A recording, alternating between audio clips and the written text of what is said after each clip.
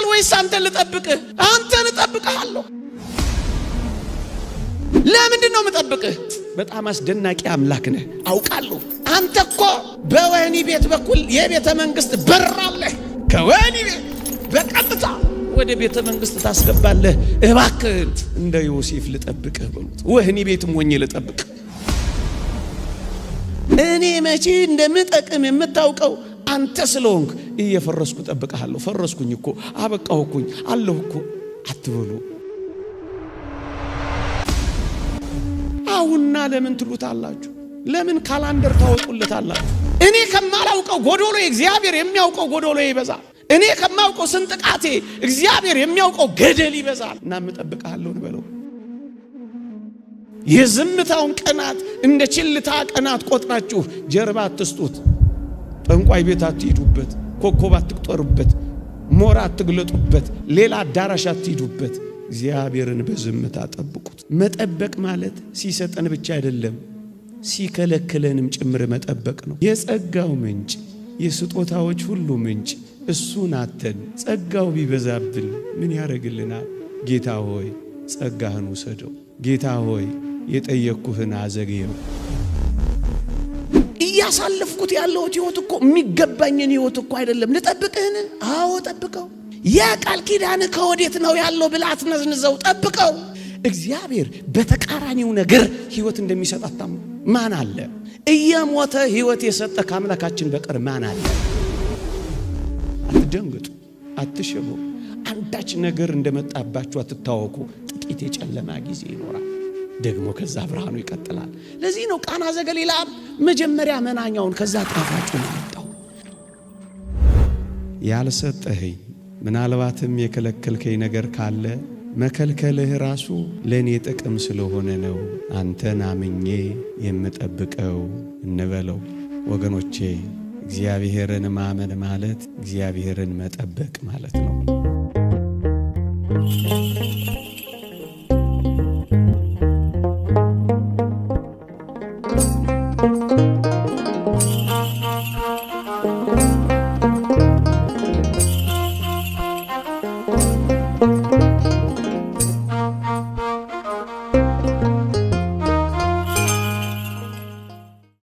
በስመ አብ ወወልድ ወመንፈስ ቅዱስ አሃዱ አምላክ አሜን።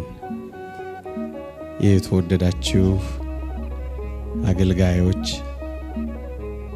የቤተ ክርስቲያን ልጆች፣ ምእመናንና ምእመናት እንደምን አረፈዳችሁ? እንደምን ዋላችሁ? አሜን። በቸርነቱ የጠበቀን ስሙን እንድንጠራ ቃሉን እንድንሰማ በአጸደ ቤተ ክርስቲያን እንድንሰበሰብ ይህን ጊዜ ስለፈቀደልን ክብርና ምስጋና ለእርሱ ይሁን። አሜን። ለቀደምት አበው ለነቢያት፣ ለቅዱሳን ሐዋርያት፣ ለሐዋርያውያን አበው ለሊቃውንት የገለጸውን ጥበብና ምስጢር ለሁላችንም ይግለጽልን። ይልቁንም ብዙ ነገር ትታችሁ ቃሉን መስማት ፈልጋችሁ በፊቱ ስለተሰበሰባችሁት ስለ እናንተ እንኳን ሲል በጎንና የሚረባውን ቃል እንዲያስተምረን ቅዱስ ፈቃዱ ይሁንልን። አጠር ላለች ደቂቃ ከኔ ጋር እንቆያለን። እግዚአብሔር ከሁላችን ጋር ይሁን። ከዚህች ዕለት ከእመቤታችን ከቅድስት ድንግል ማርያም በረከት ረድኤት ለሁላችን የሚያሳትፈን አሜን። ርዕሴ እጠብቅሃለሁ በሚል ርዕስ ይሆናል። እግዚአብሔርን ስለ መጠበቅ ጥቂት ሐሳቦችን እናነሳለን።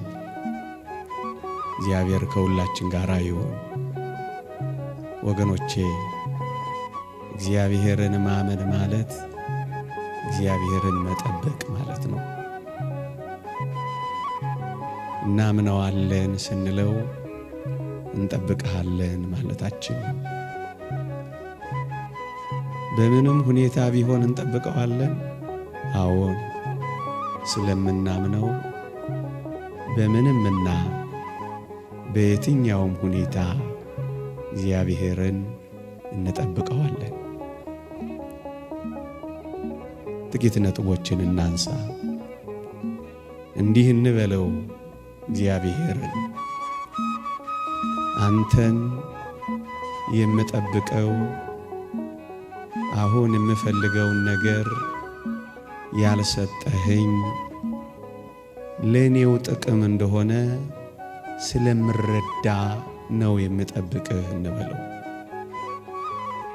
ያልሰጠኸኝ ምናልባትም የከለከልከኝ ነገር ካለ መከልከልህ ራሱ ለእኔ ጥቅም ስለሆነ ነው አንተን አምኜ የምጠብቀው እንበለው። ወገኖቼ፣ ሁለት ወጣቶች እግዚአብሔርን ለመኑት ይባላል። ጓደኛ ማቾች ናቸው። ሁለቱም ተመሳሳይ ጥያቄ አምላካቸውን ጠይቀውታል።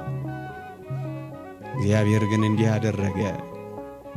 ለአንደኛው የጠየቀውን ሰጠው፣ ለአንደኛው ደግሞ የጠየቀውን ከለከለው እና የተከለከለው ክርስቲያናዊ ሰው እግዚአብሔርን ጠየቀው። ጌታ ሆይ፣ የጠየቅነ ተመሳሳይ ጥያቄ ነው፣ አቋማችንም አንድ ነው።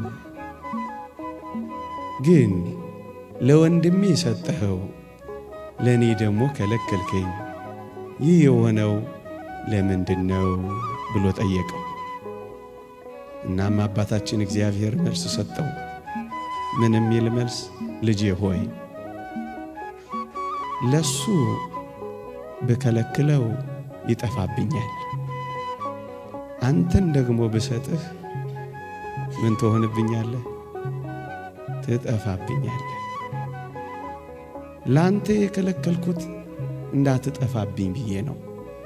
ለሱ ደግሞ የሰጠሁት ብከለክለው ይጠፋብኛል ብዬ ነው።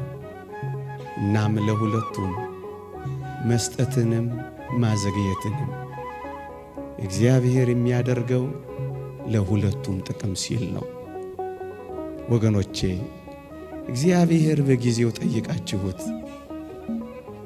አሁን የሰጣችሁ ካልሆነ እንዳንጠፋበት ብሎ ነው። ወገኖቼ፣ እግዚአብሔር ከፊቱ ከምንጠፋ ፊቱን ከምናጣ ምንም ነገር ባይሰጠን ስለሚሻል ለዛ ነው የምንጠብቀው። ወገኖቼ፣ የሚሰጠንን ነገር ይዘን ሰጪውን አምላክ ከተው ነው ስጦታው ይቅርብን።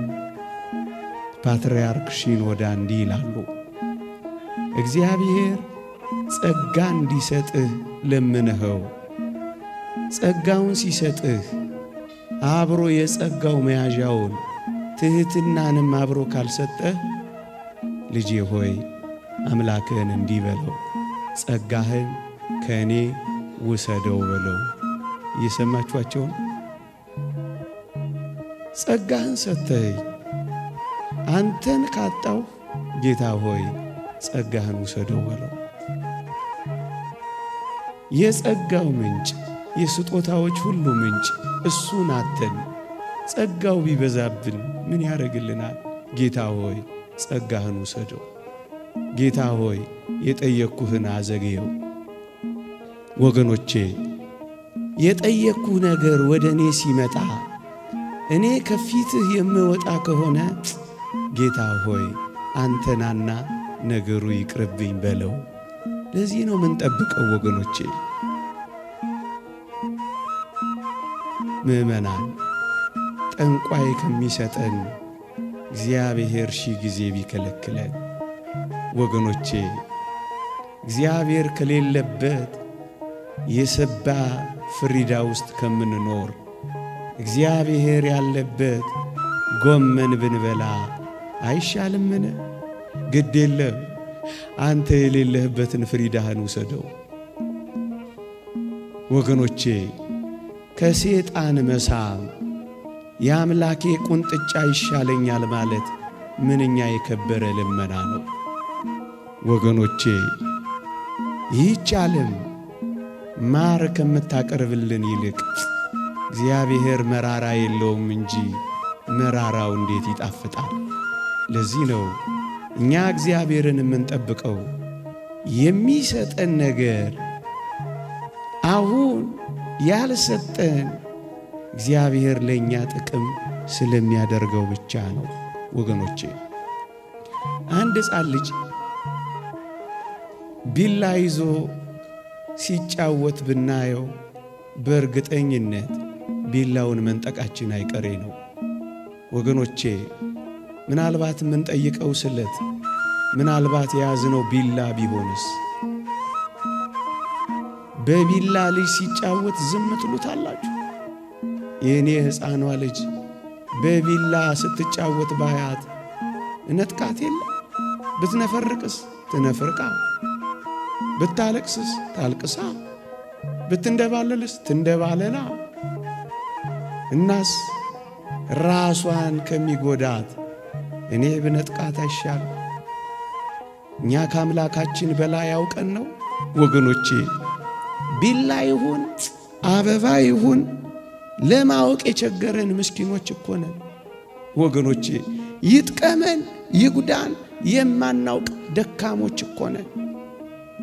እኛ ከአባታችን በላይ ለምን ቢላ ሊያስቁም ብለን መጫወት ከፈለግን እንዴት ከባድ ነው ወገኖቼ።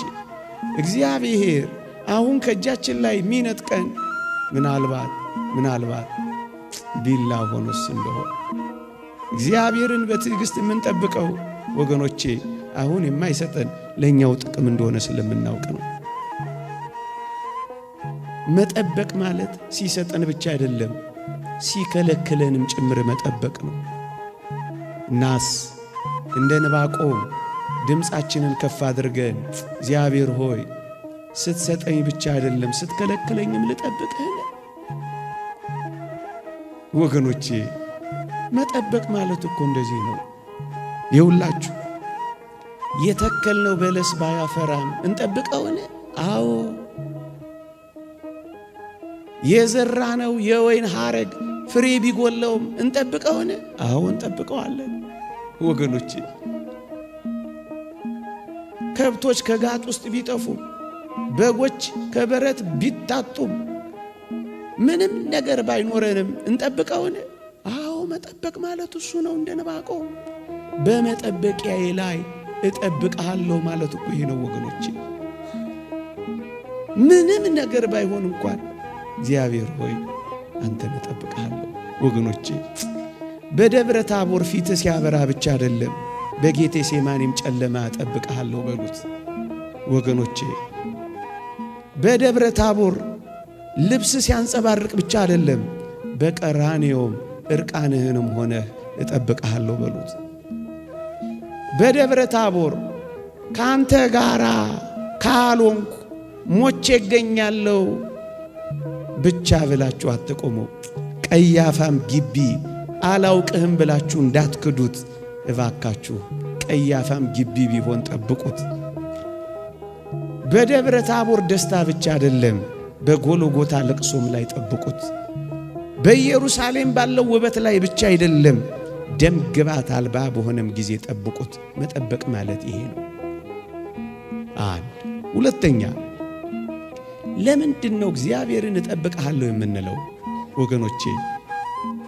እኛ የምንጠቅመውና እኛ የምንጠቀመው መቼ እንደሆነ የሚያውቀው አምላካችንና አባታችን እሱ ብቻ ስለሆነ መቼ ቢሰጠን እንደምንጠቀምበት መቼ ቢያደርገው እንደሚጠቅመን የሚያውቀው አንተ አባታችን ነህና ጌታ ሆይ አናጣድፍህም፣ አላጣድፍህም፣ በትዕግሥት እጠብቅሃለሁ እንጂ።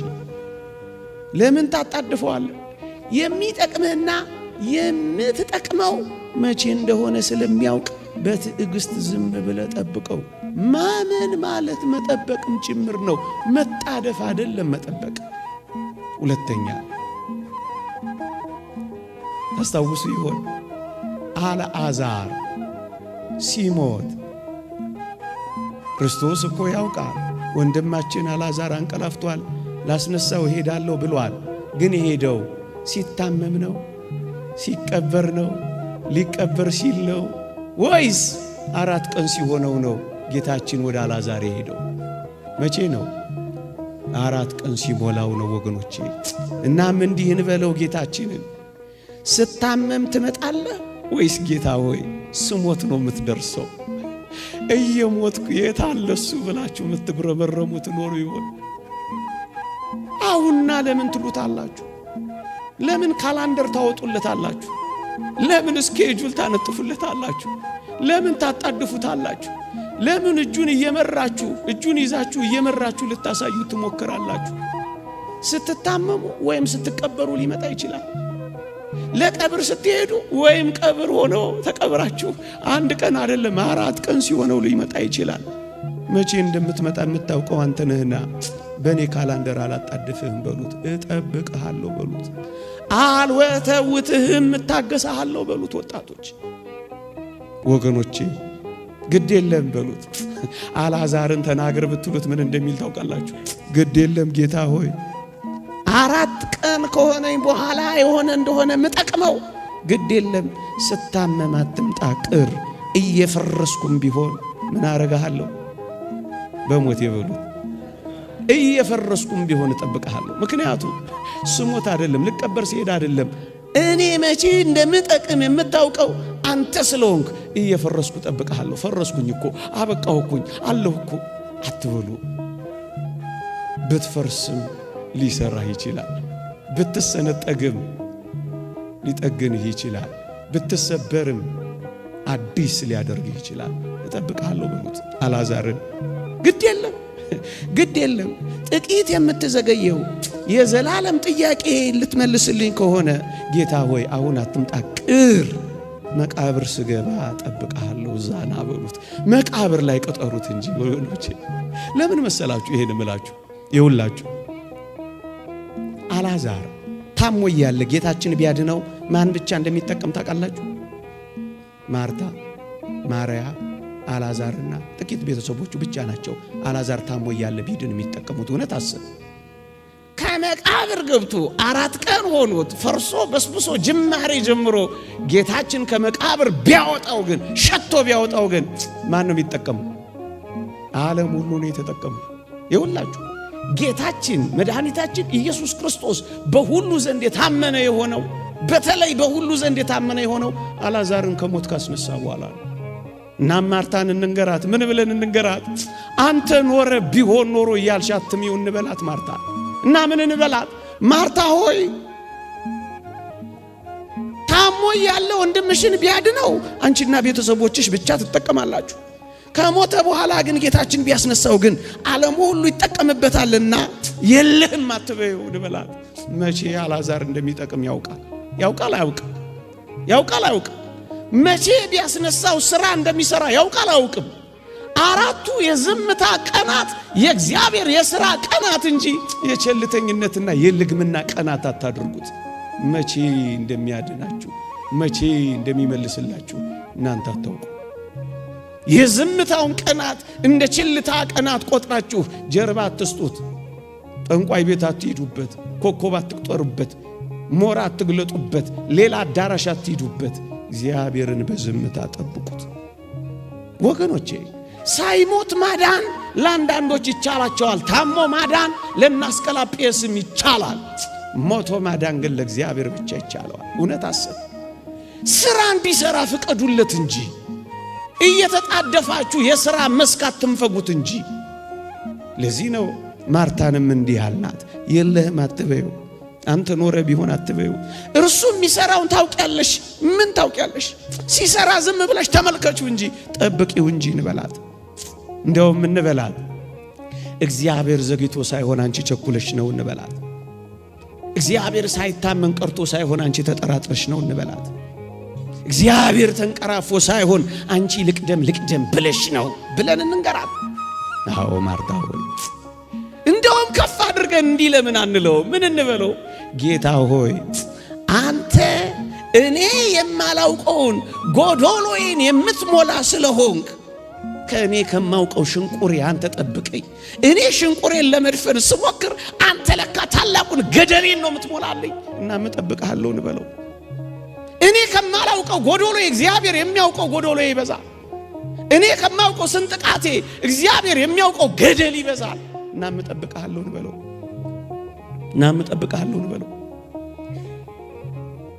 መቼ እንደሚጠቅም የሚያውቀው እግዚአብሔር ነው።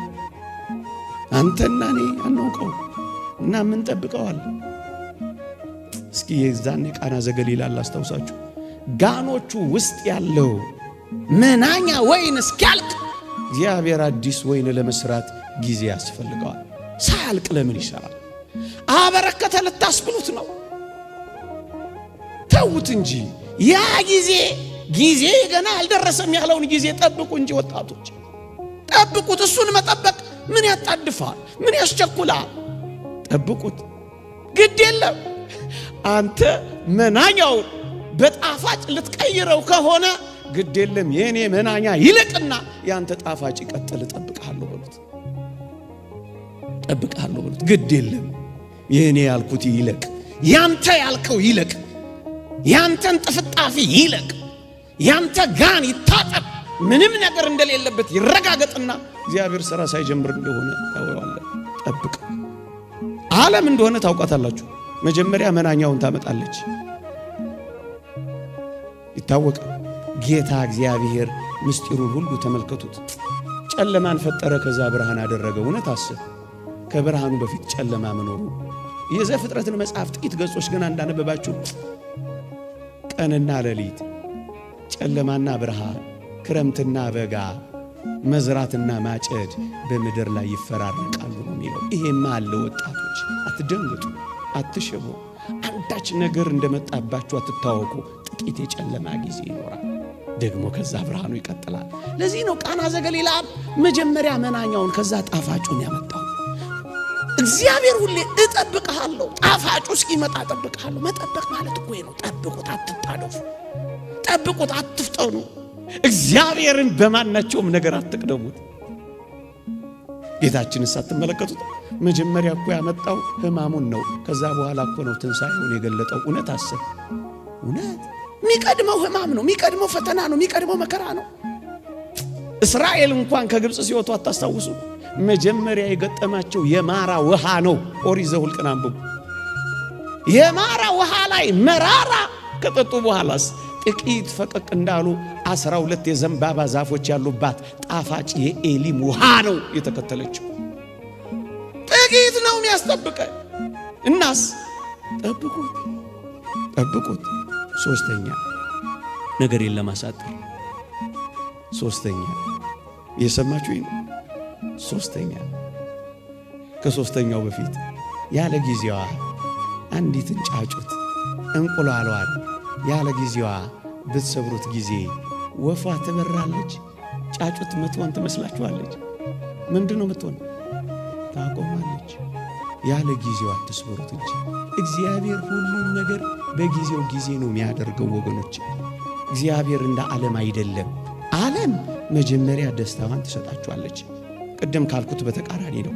ከዛ በኋላ ነው ሐዘኗን የምታመጣው። መጀመሪያ ሳቋን ከዚያ ለቅሷን ነው የምታመጣው። መጀመሪያ ሱሷን ከዛ በሽታዋን ነው የምታመጣው። መጀመሪያ ጌጧን ከዛማ ማቋን ነው የምታመጣው። መጀመሪያ ሜካፖን ከዛስ ማዲያቷን ነው የምታመጣው። እያየናት አይደል? ዓለም እንደዚህ ናት። እግዚአብሔር ግን እንደዚህ አይደለም። እናስ ጠብቀሃለሁ። ሶስተኛው ነገሬ ሁሉም ነገሬ ተቃራኒ እንኳን ቢሆን ልጠብቅህን በሉት እስኪ። ተቃራኒስ ቢሆን ልጠብቅህ? አዎ የእግዚአብሔር ልጆች ተቃራኒ ቢሆን እንኳን እንጠብቀዋለን። እየሰማችሁኝ ነው? እየሆነብኝ ያለው ነገር እኮ እንደነገርከኝ አይደለም። ልጠብቅህን?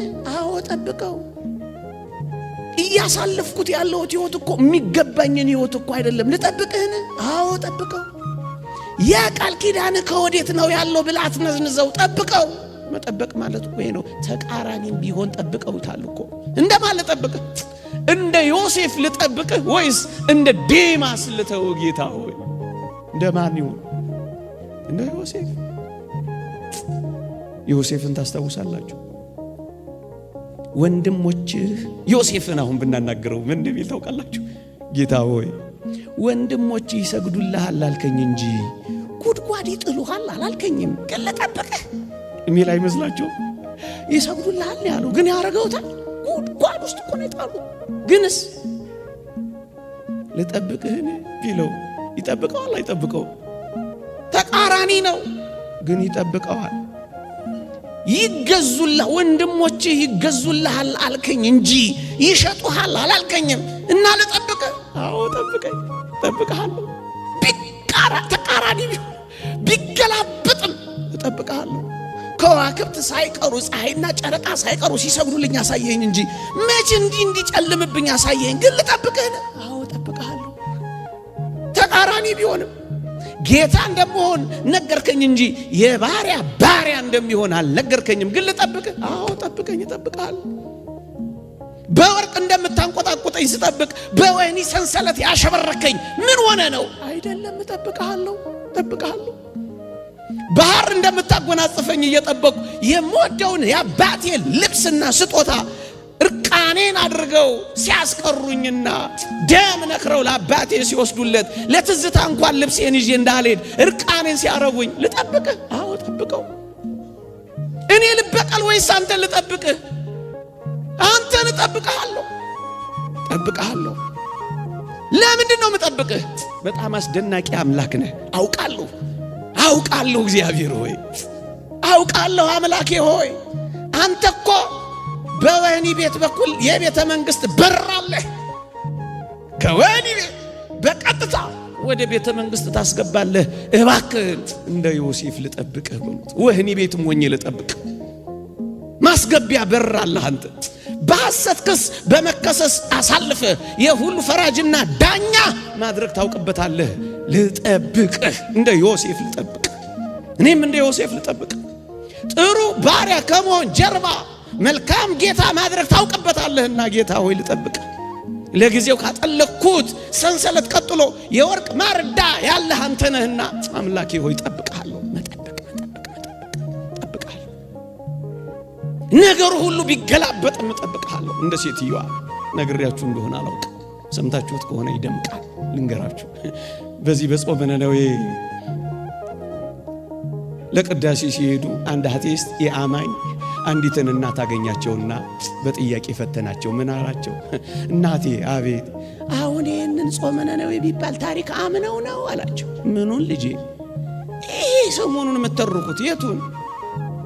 አሳ አንበሪው ዮናስን ዋጠው፣ ከዛስ አሳ አንበሪው ዮናስን ተፋው የሚለውን አምነው ነው አላቸው። ልጄ አንተ የኔ ደነቀ? አዎ።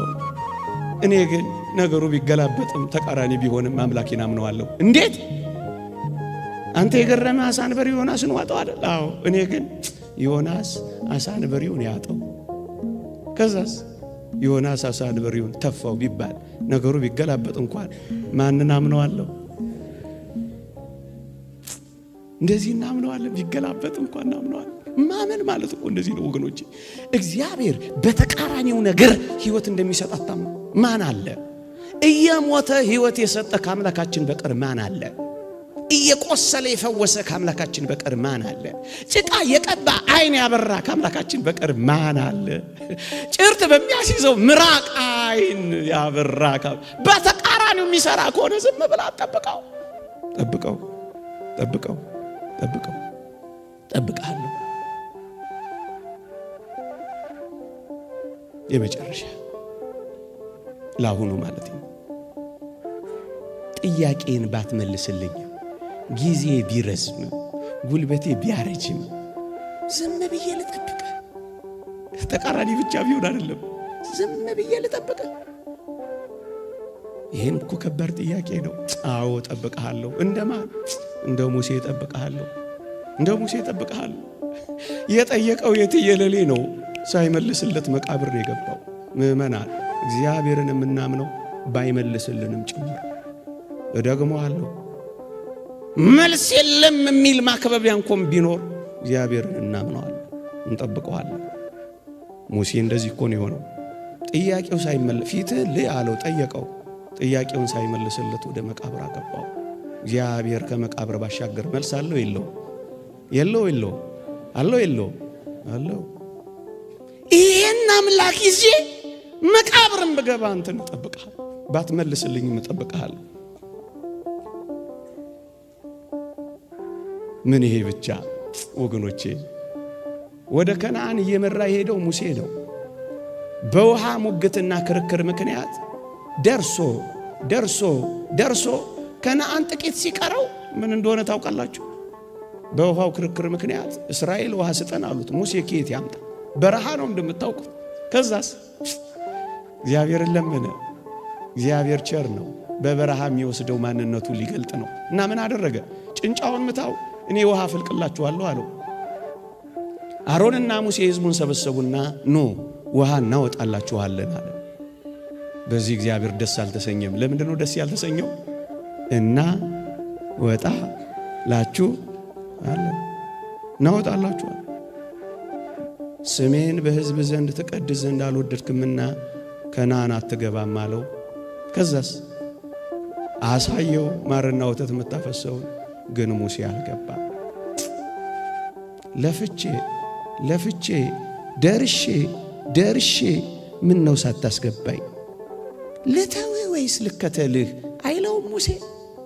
በጣም ይደንቃችኋል። ሙሴ እግዚአብሔርን የሚከተለው፣ ሙሴ እግዚአብሔርን የሚያምነው፣ ሙሴ እግዚአብሔርን የሚጠብቀው ለከነዓን አይደለም፣ ለእግዚአብሔር ብቻ ብሎ ነው። እየሰማችሁኝ ነው? ከምድር በታች ላለው ነገር አይደለም እኛ እግዚአብሔርን የምንጠብቀው። ከፍ ያለ ከነዓን ባያስገባውም እያገለገለው አረፈው ሙሴ። እያገለገለ ተሰናበተው ሙሴ።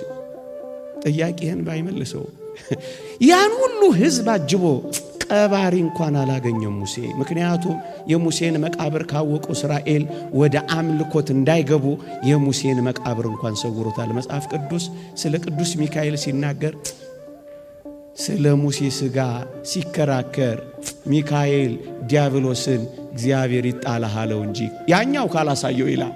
ዋ ይላል ቅዱስ ሚካኤል። ያኛው ሕዝቡን ሊያስት ነው፣ ቅዱስ ሚካኤል ሊጠብቅ ነው። ስለ ሙሴ ሥጋ እንኳን መቃብር እንኳን የሚከራከር ቅዱስ ሚካኤል በረከቱ ይደርብን። ለከነዓን አይደለም የሚያገለግለው፣ ለራሱ ለፍቅሩ ነው። ይጠብቀዋል፣ ይከተለዋል። ጥያቄው ባይመለስም እርሱ ግን ከእርሱ ፈቀቅ አይልም። ጥያቄያችሁ ባይመለስም እግዚአብሔርን ተከተሉት፣ ጠብቁት። ወገኖቼ ከፍ አድርገን እንጠይቀው። እሳት ውስጥ ሆነን ታድነናለህ ወይስ እሳት ውስጥ አንገባ ትታደገናለህ?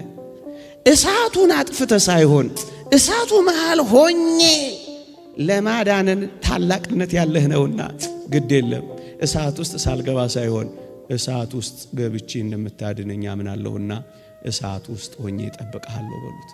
እሳት አጥፍቶ ሳይሆን እሳት ውስጥ ሆኖ ማዳን የሚችል አምላክ ስለሆነ አጥፍቶ ከማዳን እሳት ውስጥ ሆኖ ማዳን ስለሚበልጥ የሚበልጠውን ምስጢር ለማየት ታግሼ አንተን እጠብቅሃለሁ በሉት።